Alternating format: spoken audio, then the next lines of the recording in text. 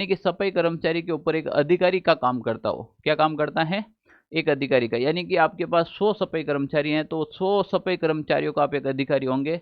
तो ये इसके लिए भी जो पढ़े लिखे लड़के इसमें लग रहे हैं उसको ये फायदा होगा।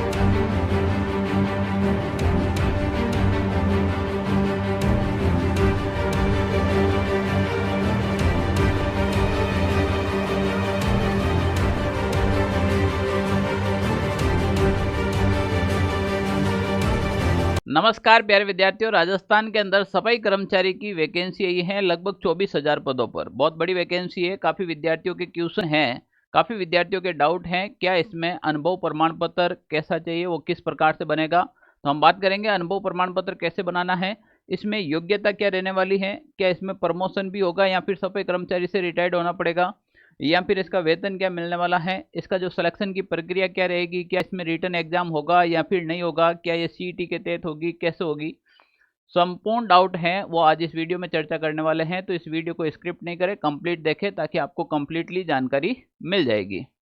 हम सबसे पहले सफाई कर्मचारी भर्ती की बात करें, इससे पहले आप हमारा टेलीग्राम ग्रुप है ऑनलाइन सारथी नाम से हैं, आप उसको ज्वाइन कर लीजिएगा। राजस्थान की हर छोटी बड़ी वैकेंसी की नोटिफिकेशन है वो आपको इसमें मिलती रहेगी। तो आप सबसे पहले एक काम करें, टेलीग्राम ग्रुप को ज्वाइन कीजिएगा। उसके बाद हम बात करें सबसे पहले अनुभव प्रमाण पत्र कैसे बनाएं। यानी कि इस भर्ती के अंदर सबसे इंपॉर्टेंट रहने वाला है अनुभव प्रमाण पत्र। विदाउट अनुभव प्रमाण पत्र तो आप फॉर्म ही नहीं भर सकते हो। तो इसमें अनुभव प्रमाण पत्र कैसे बनाएं, तो अनुभव प्रमाण पत्र के लिए आपको किसी संस्था या फिर गैर संस्था या फिर निजी या फिर सरकारी कौन सी संस्था का अनुभव प्रमाण पत्र काम आएगा। तो देखिए प्यारे विद्यार्थियों, आपको क्या करना है, जो सरकार के द्वारा रजिस्टर्ड संस्था है, पहली बात ध्यान से सुन लेना, जो संस्था रजिस्टर्ड है, जैसे मान लीजिए कोई स्कूल है तो वो उस स्कूल की मान्यता प्राप्त होती है, ऐसा हर कोई स्कूल नहीं डाल सकता है, तो उसके रजिस्ट्रेशन क्रमांक होते हैं। अगर ऐसी कोई होटल है जो 5 स्टार होटल के अंदर आती है, उसका रजिस्ट्रेशन क्रमांक दे रखा है। ऐसी कोई बैंक है, ऐसी कोई सोसाइटी है, ऐसा कोई एनजीओ है जिसका सरकार में रजिस्ट्रेशन हो रखा है, वो अपने लेटर पैड पे अपना साफ शब्दों में अपना रजिस्ट्रेशन नंबर लिखे। अगर ऐसी कोई भी संस्था है आपके पास, चाहे वो सरकारी हो चाहे वो गैर सरकारी हो, जैसे स्कूल का चलेगा आपके इसमें, तो स्कूल आपके सामने, अगर आप स्कूल प्राइवेट स्कूल का भी ले सकते हो, गवर्नमेंट स्कूल का भी ले सकते हो, 1 साल का सफाई जो करने का जो है वो अनुभव प्रमाण पत्र। उसके बाद कॉलेज का भी चलेगा, इसमें हॉस्पिटलों का भी चलेगा, होटल के अंदर भी आपने कहीं काम किया हो, कोई फैक्ट्री में काम किया गया, या फिर कोई घर के अंदर काम किया गया है। घर का मतलब ऐसा नहीं कि मैं अपने घर का मतलब राजस्थान कर जो सरकार के जो अधिकारी होते हैं, जैसे कोई एसडीएम साहब हो गए, आरपीएस हो गया, आईएएस हो गया, जिनको सरकार सर्वेंट प्रोवाइड करवाती है, जिसको सफाई कर्मचारी प्रोवाइड करवाती है। अगर उन सफाई कर्मचारी में आप लोगों ने वहाँ पर काम किया और अधिकारी ने आपको लिख के दिया कि 1 साल से हमारे यहाँ पर ये काम कर रहे हैं, तो वो अनुभव प्रमाण पत्र मान्य होगा।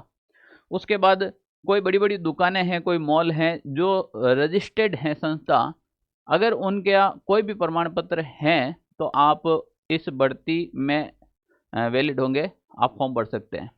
प्यारे विद्यार्थियों, काफ़ी विद्यार्थियों के पास अनुभव प्रमाण पत्र हैं, काफ़ी के पास नहीं है, तो कोई बात नहीं। अगर आपके पास नहीं है तो आप कहीं से भी अनुभव प्रमाण पत्र बना सकते हो।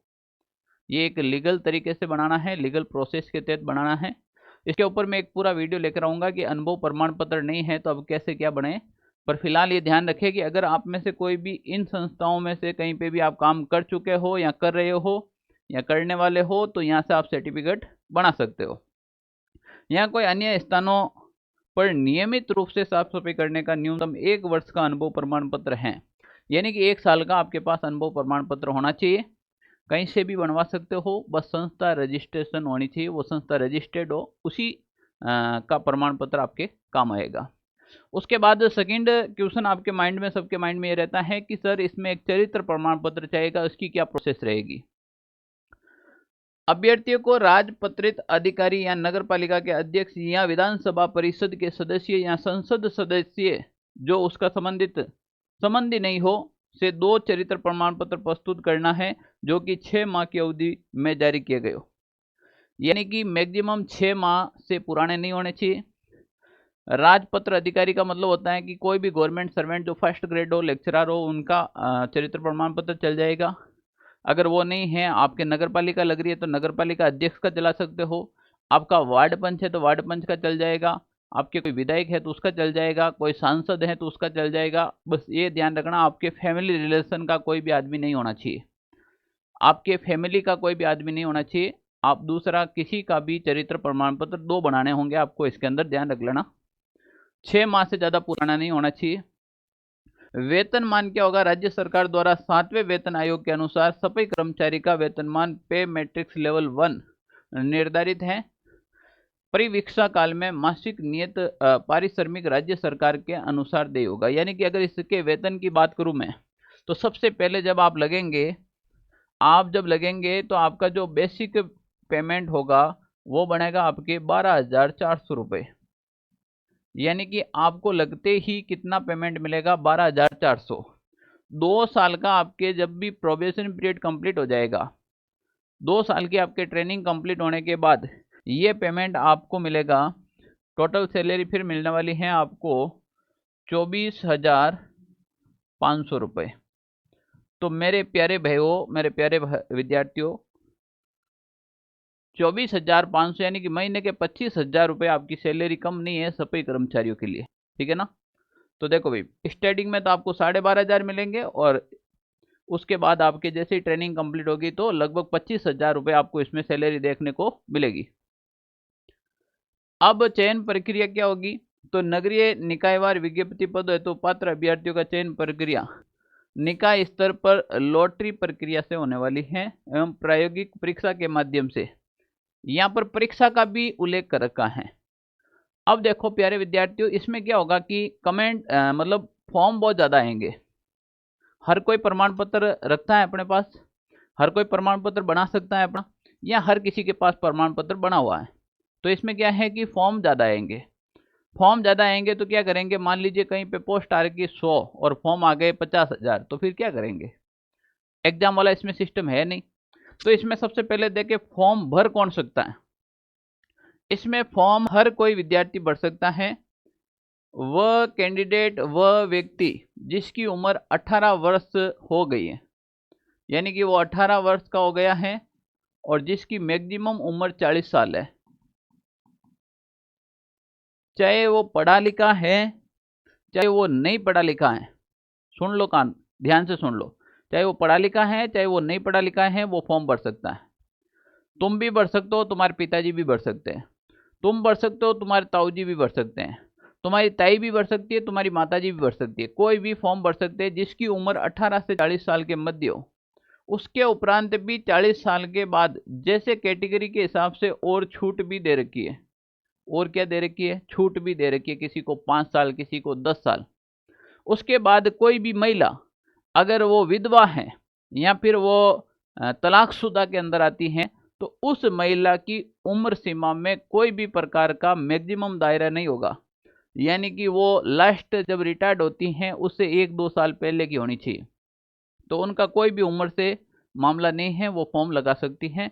उसका 40 नहीं 45 की भी होगी चलेगी, 50-55 तक चलेगी। ठीक है ना? कोई इश्यू नहीं होगा। अब होगा क्या, इसमें जितने भी जो फॉर्म आएंगे उन फॉर्म का क्या होगा? लॉटरी के माध्यम से 3 गुना लॉटरी निकाली जाएगी।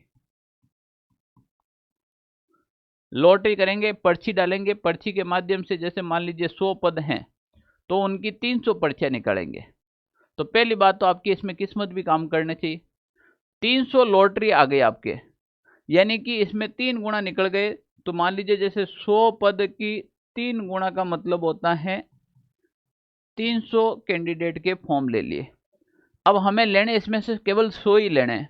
तो क्या करेंगे? लॉटरी सिस्टम के 3 माह के अंतराल में, 3 माह के अंतराल में आपका परीक्षा होगा। अब परीक्षा क्या रिटन एग्जाम होगा क्या सर? लिखित एग्जाम होगा क्या? बिल्कुल भी नहीं होगा। 3 महीने के अंदर उसी नगर पालिका बोर्ड के द्वारा, वहाँ के ईओ और स्वायत्त शासन अधिकारी के द्वारा ये एक प्रोसेस की जाएगी जिसमें आपके प्रैक्टिकली एग्जाम होगा। प्रैक्टिकली का मतलब होता है आपसे झाड़ू निकलवाया जाएगा, आपसे कोई रोड साफ करवाई जाएगी, कोई गार्डन है उसकी सफाई करवाई जाएगी, जैसे कोई पेड़ पौधों की कटिंग करवाई जाएगी। अगर उसमें आप अच्छा प्रदर्शन करते हो, आप अपनी अच्छी कला दिखाते हो, तो फिर आपका सिलेक्शन कोई नहीं रोक सकता है। तो इनमें से इसके माध्यम से, यानी कि प्रैक्टिकली एग्जाम के माध्यम से 100 कैंडिडेट को पास करना है और 100 को क्या मिल जाएगी, नौकरी। कोई भी रिटर्न एग्जाम नहीं होगा, केवल प्रैक्टिकल एग्जाम होगा। आपको झाड़ू निकाल के दिखाना है, आपको साफ सफाई करके दिखानी है कि, और ऐसे सवाल भी आपको मौखिकली पूछे जाएंगे, रिटर्न में नहीं, मौखिकली। जैसे कि साफ सफाई में कौन से जो काम लिए जाते हैं, जैसे फिनॉल क्या होती हैं, या फिर डिटॉल क्या होता है, या फिर ऐसी कोई चीज़ें हैं जिसका रख रखाव के अंदर क्या क्या चीज़ें सावधानियां रखनी चाहिए, ऐसे आपको पूछ भी सकते हैं, ठीक है ना। तो ये चीज़ें इसमें रहने वाली हैं। उसके बाद में अपन बात करें, क्या इसमें प्रमोशन होता है? बिल्कुल इसमें प्रमोशन होता है। इसमें अगर कोई भी आदमी अगर सफाई कर्मचारी के अंदर वो भर्ती होता है, सफाई कर्मचारी के अंदर वो भर्ती होता है, तो सफाई कर्मचारी से जमादार बन जाता है। सफाई कर्मचारी से नेक्स्ट प्रमोशन होता है उसका जमादार। जमादार क्या करता है कि जो भी सफाई कर्मचारी लग रखे हैं उसकी अटेंडेंस लेने का काम करता है। जैसे तुम 100 सफाई कर्मचारी लग रखे हो, तो तुम्हारी 100 की जो अटेंडेंस होता है वो कौन लेता है? जमादार लेता है। कौन लेता है बेटा? जमादार लेता है। जमादार के नौकरी करने के 10 से 12 साल बाद, 10 से 12 साल बाद इसमें आप ऐसे ही बन सकते हो। ऐसे के लिए एक डिप्लोमा होता है, उसकी मैं आपको जानकारी दूंगा। वो डिप्लोमा आपको करना है, वो एक रेगुलर डिप्लोमा होता है। वो करने के बाद ऐसे ही बन जाते हो। तो ऐसे ही का जो वर्क होता है, ऐसे ही का जो कार्य होता है, वो कार्य होता है कि जो सफाई कर्मचारी काम करेंगे, जो जितने भी सफाई कर्मचारी जो काम करेंगे, उनकी देख रेख रखना।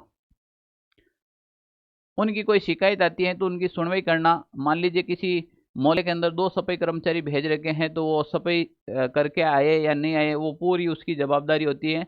यानी कि सफाई कर्मचारी के ऊपर एक अधिकारी का काम करता हो। क्या काम करता है? एक अधिकारी का। यानी कि आपके पास 100 सफाई कर्मचारी हैं, तो 100 सफाई कर्मचारियों का आप एक अधिकारी होंगे। तो ये इसके लिए भी जो पढ़े लिखे लड़के इसमें लग रहे हैं उसको ये फायदा होगा, पर ये फायदा होगा 10 से 12 साल बाद, अभी नहीं होगा। अभी आपको देश की सेवा करनी पड़ेगी सबसे पहले। तो इसमें प्रमोशन भी है, कोई बात नहीं, प्रमोशन भी आप ले सकते हो। अच्छा वेतन है, 25,000 तक आपको सैलरी मिल जाएगी। कोई भी योग्यता नहीं मांगता, केवल 18 से 40 साल की उम्र होनी चाहिए। ज़्यादा उम्र होगी तो भी छूट के प्रावधान है, कम उम्र नहीं होनी चाहिए। उसके बाद सफाई करके दिखानी है केवल, और आपका सिलेक्शन हो जाएगा। अगर वीडियो अच्छा लगा है तो कमेंट कीजिएगा, शेयर कीजिएगा, और हमारे इस चैनल को आप सब्सक्राइब जरूर कीजिएगा। राजस्थान की हर छोटी बड़ी वैकेंसी के बारे में मैं आपको इन्फॉर्मेशन देता हूँ। साथ में हमारा टेलीग्राम ग्रुप भी ज्वाइन कीजिएगा। धन्यवाद।